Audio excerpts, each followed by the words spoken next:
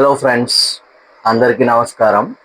గత 2 సంవత్సరాలుగా వినిపిస్తున్న పేరు సిద్దిక్.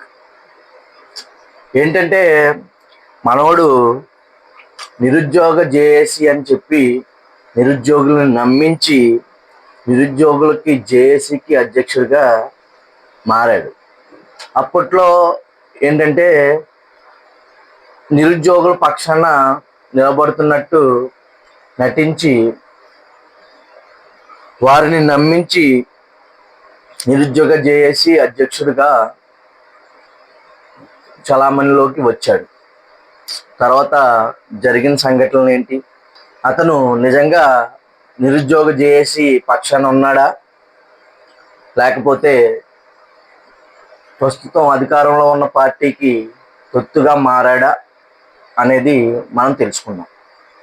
యాక్చువల్గా ఏంటంటే కొత్త ప్రభుత్వం అధికారంలోకి వచ్చినప్పటి నుంచి కొన్ని నోటిఫికేషన్ కోసం నిరుద్యోగులు డిఎస్సి కావచ్చు, గ్రూప్ 2 కావచ్చు, వేరే వేరే దేనికైనా ప్రిపేర్ అయ్యే నిరుద్యోగులు కావచ్చు, వాళ్ళ డిమాండ్లను వినిపించడానికి రోడ్ మీదకి రావడం, ప్రెస్ మీట్లు పెట్టడం అవన్నీ సహజం. అలాంటివి పెట్టినప్పుడు ప్రభుత్వం వాళ్ళ డిమాండ్లకు సంబంధించి ఏదో ఒక ప్రెస్ రిలీజ్ ఏదో ఒకటి చేస్తుంది. కానీ వాటిని నీరు కార్చడానికి ఈ సిద్దిక్ అనేవాడు ఒక నకిలీ నాయకుడిగా మారిపోయాడు. ఆ నకిలీ నాయకుడిగా ఎందుకు మారాడు అనేది అతనికే తెలియాలి.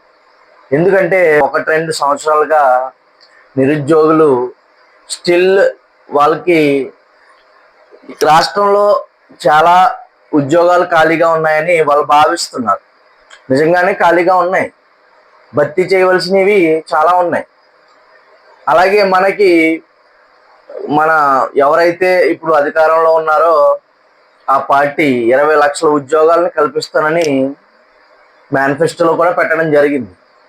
20 లక్షలు అంటే సంవత్సరానికి 4 లక్షల ఉద్యోగాలు కల్పించాలి. యాక్చువల్గా మన ఉగాది రోజు ఒక జాబ్ క్యాలెండర్ అనేది రిలీజ్ చేయడం జరిగింది. ఆ జాబ్ క్యాలెండర్లో ఓన్లీ 10,060 ఉద్యోగాలు రిలీజ్ చేశారు. గ్రూప్ 1 అయితే 92, అలాగే గ్రూప్ 2 750 790 ఉన్నాయి. అలాగే ఇతర ఇట్లో మొత్తం కలిపి 10,060 ఉద్యోగాలు రిలీజ్ చేశారు. తర్వాత నిరుద్యోగులు ఖాళీలు చాలా ఉన్నాయి, 10,000 ఉద్యోగాలు రిలీజ్ చేయడం ఏంటి, ఇంకా ఖాళీలను భర్తీ చేయాలి అనేసి వాళ్ళు డిమాండ్ చేస్తున్నారు. అంటే రిలీజ్ చేయకపోవడం ప్రభుత్వం చేతుల్లో ఉన్నా సరే మన భావాలను వ్యక్తపరచడం మన హక్కు, అది నిరుద్యోగుల హక్కు. ఆ నిరుద్యోగుల హక్కుల్ని ఇలాంటి సిద్దిక్ లాంటి నకిలీ నాయకులు నీరుగార్చడానికి ప్రయత్నించడం చాలా దురదృష్టకరం. ఇంతకీ దీనికి కొసమెరుపు ఏంటంటే అసలు ఆ నిరుద్యోగ సంఘాలు కానీ, నిరుద్యోగ జేఏసీ సంఘాలు కానీ, వేరే సంఘాలైనా ఏవైతే నిరుద్యోగులకు సంబంధించి డిఫరెంట్ సంఘాలు ఉన్నాయో ఎవ్వరూ కూడా ఈ సిద్దిక్ అనే వ్యక్తి ఆల్రెడీ మమ్మల్ని మోసం చేశాడు, ఆయన్ని మేము ఎప్పుడో జేఏసీ అధ్యక్షునిగా మేము యాక్సెప్ట్ చేయలేదు, అయినా కూడా స్టిల్ జేఏసీ అధ్యక్షుడు అని చెప్పుకుని కొనసాగుతున్నాడు అని చెప్తున్నారు. ఇందులో ఎంతవరకు నిజం ఉన్నది అనేది నిరుద్యోగ సంఘాలకి కదా తెలుస్తుంది.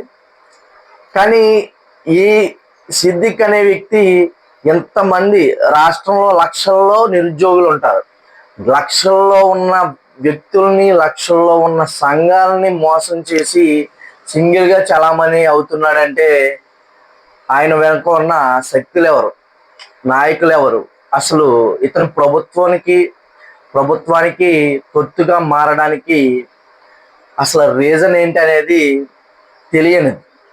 కానీ స్టిల్ మనోడు నిరుద్యోగ సంఘాలని రిప్రజెంట్ చేస్తున్నాడు. అసలు ఆయనకి ఏ పదవి లేనప్పుడు, నిరుద్యోగ సంఘానికి జేఏసీ నాయకుడు కానప్పుడు అతనికి వాళ్ళని రిప్రజెంట్ చేసే అధికారం ఎక్కడి నుంచి వచ్చిందో తెలియట్లేదు. ఇలాంటి వారిని ప్రభుత్వం కూడా ఎంకరేజ్ చేయడం అనేది కరెక్ట్ కాదు. ఎందుకంటే డిమాండ్లు అనేవి ఇప్పటి నుంచి కాదు, ఎప్పటి నుంచో వస్తున్నాయి. సో ఆ డిమాండ్లు అనేవి చేయడం అనేది ప్రజల హక్కు. తీర్చకపోవడం అనేది ప్రభుత్వం విధి విధానాలను బట్టి ఆధారపడి ఉంటది. కానీ ఇలాంటి నకిలీ నాయకుల్ని ఎంకరేజ్ చేయడం వల్ల మీకు కూడా ప్రజల్లో వ్యతిరేకత వచ్చే ఇబ్బంది కూడా ఉంటుంది. దయచేసి ఈ సిద్దిక్ అనే వ్యక్తిని ప్రభుత్వం ఎంకరేజ్ చేయకూడదు. అలాగే నిరుద్యోగ సంఘాలు కూడా బయటకు వచ్చి సిద్దిక్ అనే వ్యక్తి మీద పోరాటం చెయ్యాలి. ఆ సిద్దిక్ అనే వ్యక్తిని తరిమి కొట్టండి. ఎందుకంటే ప్రజలకు మేలు చేయనివాడు ఎవరినైనా సరే తరిమి కొట్టాలి. అలాగే నిరుద్యోగ సంఘాలని యూజ్ చేసుకుని అతను ఫైనాన్షియల్గా కావచ్చు, లేకపోతే ఏదో పదవాసించి కావచ్చు, ఇలా చేస్తున్నాడు. దయచేసి సిద్దిక్, మీకు కూడా చెప్తున్నాం, మీరు కూడా గౌరవంగా ఏదైతే ఇప్పుడు మీరు చలామణి అవుతున్నారో ఆ అర్హత నాకు లేదని తప్పుకోవాలి. లేకపోతే ఫ్యూచర్లో చాలా కాన్సిక్వెన్సెస్ అనేవి నిరుద్యోగ సంఘాల నుంచి మీరు ఫేస్ చేయవలసి ఉంటుంది. దయచేసి మీరు మేలు చేయకపోయినా పర్వాలేదు, కానీ కీడు మాత్రం చేయొద్దు.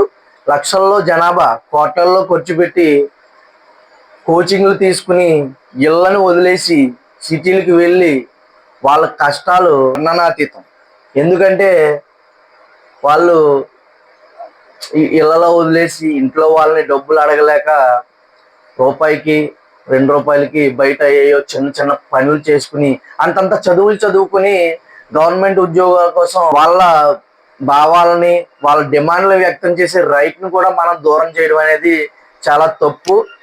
ఎవరైతే సిద్దిక్ అనే వ్యక్తి ఉన్నాడో తక్షణమే నిరుద్యోగ సంఘాలకి సారీ చెప్పాలి. సారీ చెప్పి సైడ్ అయిపోవాలి. లేకపోతే ఫ్యూచర్లో చాలా ఇబ్బందులు పడవలసి ఉంటుంది. నిరుద్యోగ సంఘాల ఆగ్రహానికి గురి కావాల్సి ఉంటుందని నేను ఈ వీడియో పరంగా చెప్తున్నాను. గ్రూపులన్నింటిలో ఈ వీడియోని షేర్ చేయండి.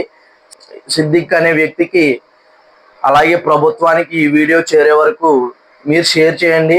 ఎందుకంటే డిమాండ్లు చేయడం మనకి రాజ్యాంగం కల్పించిన హక్కు. మనం డిమాండ్లు కరెక్ట్గా ఉండాలంటే ఇలాంటి నకిలీ నాయకుల్ని తరిమి కొట్టాలి. ఇలాంటి నకిలీ నాయకుల్ని ఎప్పుడైతే తరిమి కొడతామో అప్పుడే మన డిమాండ్లు అనేవి కరెక్ట్గా ప్రభుత్వానికి చేరతాయి. సో మీరు కూడా ఎవరైతే నిరుద్యోగ సంఘాలు మీ డిమాండ్లు కూడా జెన్యూన్గా ఉండేలాగా చూసుకోండి. మీకు తప్పకుండా న్యాయం జరుగుతుంది. జై హింద్.